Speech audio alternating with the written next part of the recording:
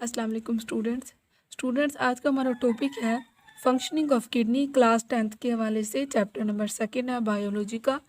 तो हमने आज पढ़ना है इसके अंदर के किडनी का जो मेन फंक्शन है वो क्या है। यानी बेसिकली हम किडनी के फंक्शन की बात करेंगे इस लेक्चर के अंदर। तो मेन फंक्शन आपको पता है कि the main function of kidney is urine formation. ये जो यूरिन फॉर्मेशन है ये कौन बनाता है बेटा? किडनी के अंदर एक जो फंक्शनल यूनिट है एक नेफ्रॉन बनाता है हमारे पास यूरिन फॉर्मेशन। तो यूरेन फॉर्मेशन यानी कि मेन फंक्शन किडनी का क्या हुआ? यूरेन फॉर्मेशन। अब इसको डिटेल के साथ हम डिस्कस करेंगे। इसको हम 3 स्टेप्स के अंदर डिवाइड करके डिटेल इसकी पढ़ेंगे। तो फंक्शनिंग ऑफ किडनी के अंदर बेटा हमारे पास 3 बड़े बड़े स्टेप्स हैं। पहला है बेटा प्रेशर फिल्ट्रेशन, दूसरा है सिलेक्टिव रीअब्जॉर्प्शन, तीसरा है ट्यूब्यूलर सेक्रेशन। इनके पहले फिल्ट्रेशन होगी, फिर उसमें से रीअब्जॉर्प्शन होगी, जो मटेरियल चाहिए होगा वो अंदर रह जाएगा और जो बाकी है वो बाहर रिमूव हो जाएगा, और साथ एंड पर क्या होगी उसकी सेक्रेशन यानी कि रिलीज हो जाएगा बॉडी से बाहर। तो सबसे पहले देखिए बेटा प्रेशर फिल्ट्रेशन। प्रेशर फिल्ट्रेशन क्या है कि जब ब्लड जो है वो किडनी के अंदर जाता है रेनल आर्टरी के ज़रिए, फिर वहाँ से रेनल आर्ट्रियूल से कहाँ पर चला जाएगा बेटा? ग्लोमेरुलस के अंदर। अब ग्लोमेरुलस के पास जैसे ही जाएगा तो यहाँ पर ब्लड कैपिलरीज बहुत ज़्यादा जमा हो जाएंगी और यहाँ से वो जो है वो बाहर जो ब्लड है कैपिलरीज है वो बाहर निकलने लग जाएंगी। कहाँ पर? हमारे पास बोमैन कैप्सूल के अंदर आ जाएंगी।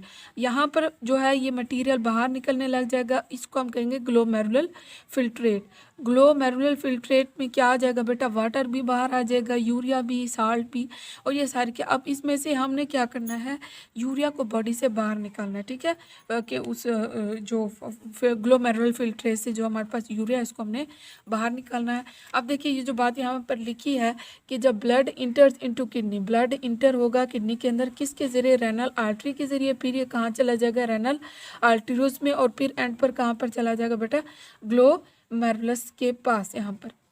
अब देखिए बेटा यहाँ से हुआ क्या है कि जब ये ब्लड हमारे पास ग्लोमेरुलस से बाहर ग्लोमेरुलर फिल्ट्रेट में कैसे गया है? क्योंकि उसके अंदर क्या था? प्रेशर हाई था, ठीक है। ग्लोमेरुलस के अंदर ब्लड कैपिलरीज जो है उन्होंने प्रेशर बहुत ज़्यादा पैदा कर दिया due to high blood pressure, और साथ में इसके अंदर छोटे छोटे पोर्स थे ग्लोमेरुलस के अंदर, due to pores on glomerulus, जिसकी वजह से वो जो हमारे पास ब्लड था वो बाहर बोमैन कैप्सूल से बाहर आने लग गया।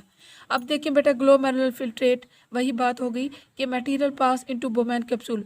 ग्लोमेरुलस से जो निकल जाएगा मटेरियल बाहर बोमैन कैप्सूल के अंदर, उस मटेरियल को हम कहेंगे ग्लोमेरुलर फिल्ट्रेट। उसके अंदर क्या होगा बेटा? वाटर भी होगा, ग्लूकोज भी होगा, साल्ट भी होगा, यूरिया भी होगा। अब वाटर, ग्लूकोज, साल्ट ये तो हमारे पास है यूजफुल मटेरियल, लेकिन यूरिया जो ये हमारे पास वेस्ट है, वेस्ट मटेरियल है। अब इसको कैसे हमने इससे अलग करना है? उसके बाद हम उसके लिए बेटा हमारे पास नेक्स्ट स्टेप है रीअब्जॉर्प्शन, ठीक है, selective reabsorption. 99% glomerular filtrate are reabsorbed into capillaries from renal tubule। अब देखिए यहाँ पर ये बात लिखी हुई, ये हमारे पास क्या बेटा? नेफ्रॉन। आपने पिछले लेक्चर में पढ़ा था नेफ्रॉन क्या है, ठीक है, उसकी स्ट्रक्चर भी पढ़ी थी। ये हमारे पास जो है ट्यूब, इसका नाम है प्रॉक्सिमल कॉन्वोल्यूटिव ट्यूब्यूल। ये हमारे पास डिस्टल कॉन्वोल्यूटिव ट्यूब्यूल है। ये डिसेंडिंग लिम्ब है, ये असेंडिंग, और इसको हम जो यू शेप्ड है, ठीक है, यू मुड़ी हुई, इसको कहते हैं लूप ऑफ हैंडले। अब प्रॉक्सिमल कॉन्वोल्यूटिव ट्यूब्यूल ये क्या करेगी बेटा? ग्लूकोज को रीअब्जॉर्ब करेगी, ठीक है, वापस।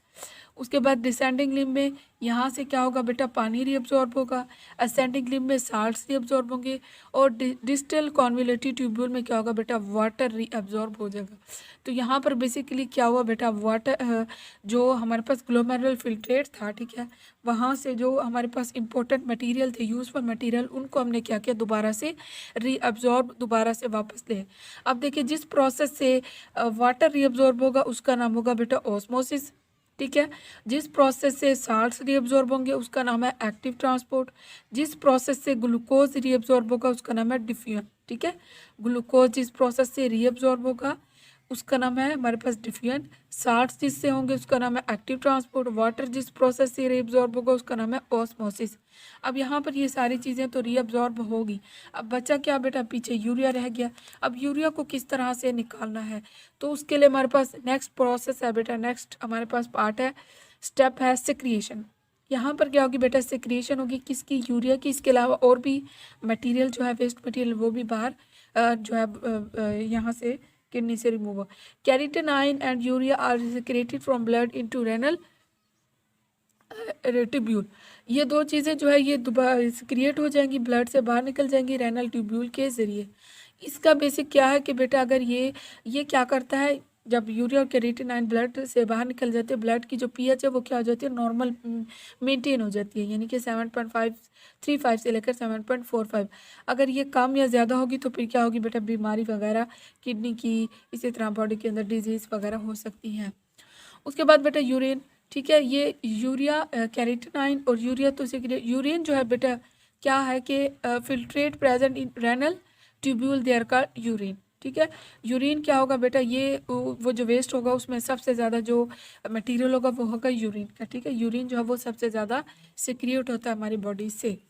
तो ये थे बेटा हमारे पास 3 स्टेप्स किडनी के, ठीक है। फंक्शनिंग ऑफ किडनी को हमने फर्दर इसके अंदर पढ़ा, आपने इसको अच्छी तरह से याद करना है, ठीक है। ये हमारे पास लॉन्ग का क्वेश्चन है और यही था, यहाँ तक था हमारा लेक्चर।